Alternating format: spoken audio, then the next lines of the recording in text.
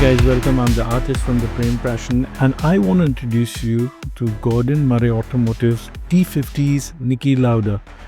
This is a track-focused version of T.50s, very high performance, limited edition. It was designed by Gordon Murray Automotive, GMA. So let's take a look at the packaging. This is the Hot Wheel Exotic, and nice car, nice graphics. Let's open this up and let's take a look at the car.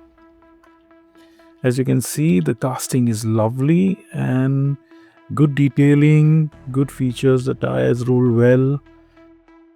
I think this is an adorable car. I mean, look at the little tiny details. They're done well. Hot Wheels done a good job on this car. So this is basically the Gordon Murray Automotive T.50s Niki Lauda, and this was powered by a 4-liter Cosworth GMA V12. This has a fan on the back, which was rear sucking to provide the car with significant level ground effect, similar to the road going counterparts. This car was named after the Formula 1 world champion Niki Lauda, who drove the Formula 1 car featuring the similar fan, which was Alpine, of course, designed by Murray.